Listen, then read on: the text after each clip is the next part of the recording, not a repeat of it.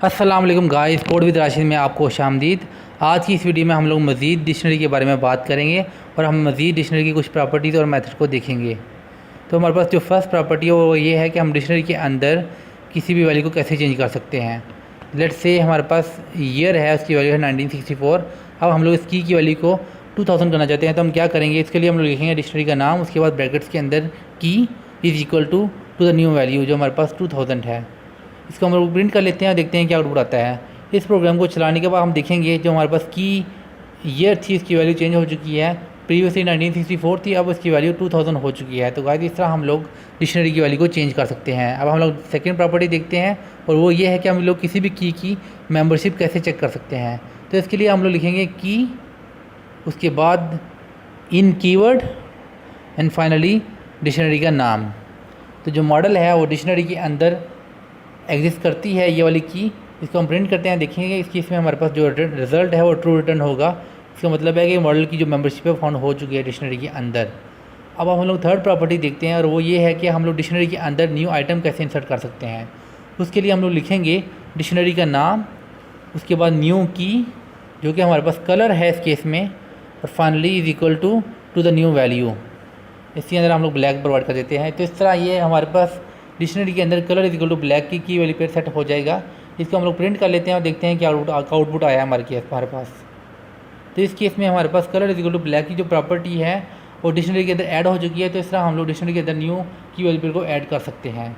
तो हमारे पास next property है वो ये है कि डिक्शनरी के अंदर डिक्शनरी को हम कैसे अपडेट कर सकते हैं। लेट्स से हमारे पास एक डिक्शनरी गिवन है कार्डिक 2, जिसके अंदर विड्थ और हाइट गिवन है और हमने इसको डिक्शनरी 1 के अंदर मर्ज करना है। तो हम लिखेंगे कार्डिक्ट dot update function and finally कार्डिक 2। तो ये जो अपडेट फंक्शन है वो डिक्शनरी 2 की सारी की वैल्यू पेयर्स को लेगा और उसको डिक्शनरी 1 के अंदर मर्ज कर देगा।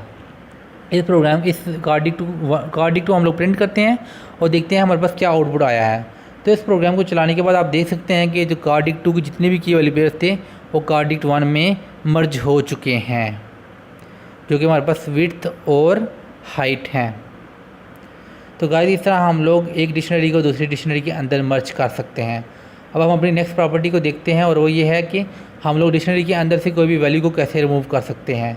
तो इसके लिए हम लोग लिखेंगे डिक्शनरी का नाम जो हमारे पास कार्डिक्ट है, उसके बाद डॉट पॉप फंक्शन, उसके अंदर की वैल्यू, की का नाम सॉरी। तो इसके में हम लोग ईयर प्रोवाइड करते हैं। तो इससे क्या होगा, ये जो है ये कार्डिक्ट के अंदर से ईयर की वैल्यू को रिमूव कर देगा।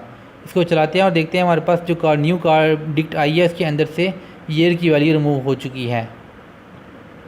तो गाइस इस तरह हम लोग पॉप फंक्शन को किसी भी की को रिमूव करने के लिए इस्तेमाल कर सकते हैं। अगर हम लोग कोई रॉन्ग की प्रोवाइड करते हैं तो इस केस में हमारे पास एक्सेप्शन आती है कि ये जो की है ये डिक्ट के अंदर एग्जिस्ट नहीं करती। तो अगर हमने इस एक्सेप्शन को डील करना है तो हम इसके बाद कॉमा के बाद डिफ़ॉल्ट वैल्यू प्रोवाइड कर देंगे। तो अगर जो हमने पॉप के अंदर की दी है वो नहीं मिलती तो वो डिफ़ॉल्ट वैल्यू को रिटर्न कर देगा। तो इस केस में हम लोग सिंपली इसको प्रिंट करते हैं और देखते हैं कि क्या रिटर्न करता है। ये ईयर है वो हमारे पास डिक्शनरी के अंदर एग्जिस्ट करती है ये वाली की, तो हमारे पास ईयर की वैल्यू 2000 रिटर्न हो जाएगी। बट अगर हम इसको चेंज कर देते हैं और ईयर 2 कर देते हैं जो कि डिक्शनरी के अंदर नहीं है, तो इस केस में जो डिफ़ॉल्ट वैल्यू हमने सेट की है नॉट फाउंड वो रिटर्न हो जाएगा। तो गाइस इस तरह हम लोग एक्सेप्शन को डील कर सकते हैं। अब हम अपनी लास्ट प्रॉपर्टी को देखते हैं और ये है कि हम डिक्शनरी के अंदर से लास्ट इंसर्टेड आइटम को कैसे रिमूव करें। तो उसके लिए हम क्या लिखेंगे, कार्डिक्ट, उसके बाद हम लोग फंक्शन लिखेंगे जो कि लास्ट इंसर्टेड आइटम को रिमूव कर देगा और वो फंक्शन का नाम जो हमारे पास वो है डॉट देन पॉप आइटम। और जो ये फंक्शन है ये क्या करेगा, ये बेसिकली डिक्शनरी के अंदर से लास्ट इंसर्टेड आइटम को रिमूव कर देगा। इसको प्रिंट करते हैं और देखते हैं क्या आउटपुट आया है। तो इस केस में जो हमारे पास हाइट लास्ट इंसर्टेड आइटम था वो डिक्शनरी के अंदर से रिमूव हो जाएगा। इसको चलाते हैं और आप देख सकते हैं कि जो न्यू डिक्शनरी आई है उसके अंदर से हाइट की वैल्यू पे रिमूव हो चुका है। सो गाइस ये आज का हमारा टॉपिक। अगर आपको ये वीडियो पसंद आई है तो प्लीज़ हमारे चैनल को सब्सक्राइब कीजिए। इंशाल्लाह फ्यूचर में हम लोग मज़ीद वीडियोज़ के साथ हाजिर होंगे। तब तक के लिए अल्लाह।